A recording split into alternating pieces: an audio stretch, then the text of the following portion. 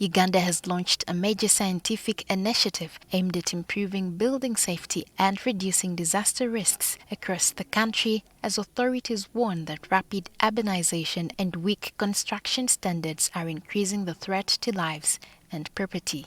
These days, I think most of you see what's happening around Nakasero area, Kololo, the kind of skyscrapers which are coming up now. They're not the kind of buildings as I was growing up, I was witnessing. Infrastructure development, while it should be a plus for us, it comes with a lot of risks that we need to take care of.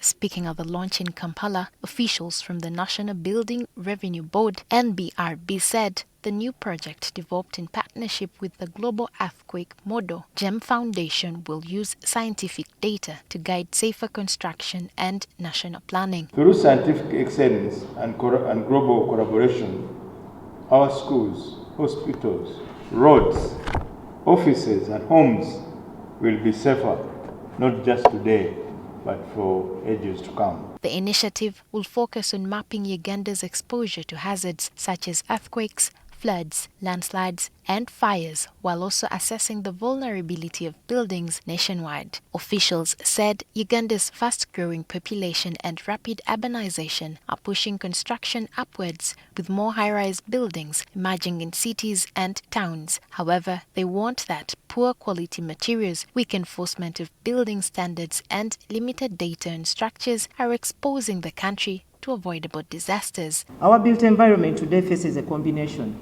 of natural and artificial hazards.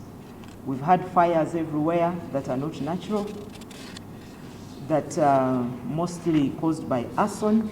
We have had so many other things. The NBRB said the project marks a shift from reacting to disasters to preventing them through evidence-based planning. In a situation where standards are not followed, where materials are compromised, and professional oversight is really lacking, even a moderate hazard will lead to serious risk and loss of property and lives. I think many of you remember the Budo fire. That very unfortunate incident. Yesterday, one of the media houses carried a story of one of the survivors.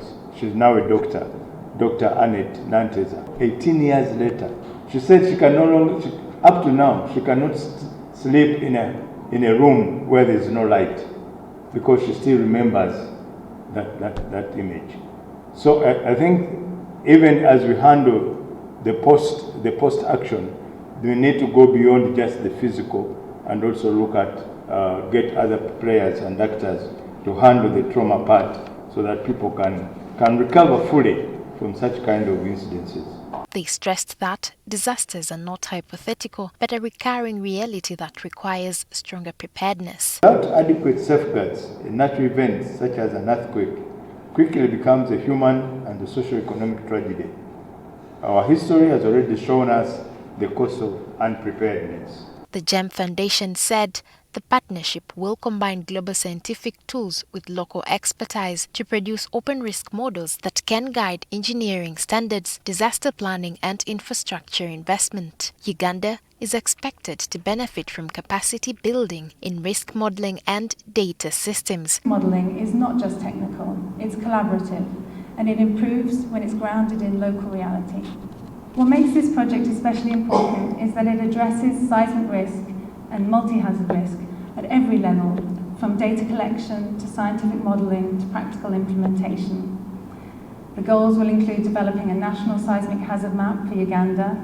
Exposure models will be created to better understand vulnerable building stock and infrastructure.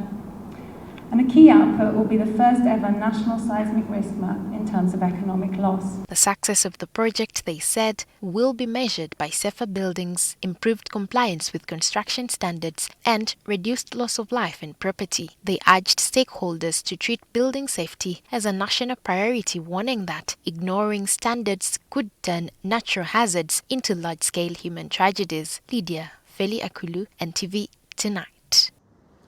United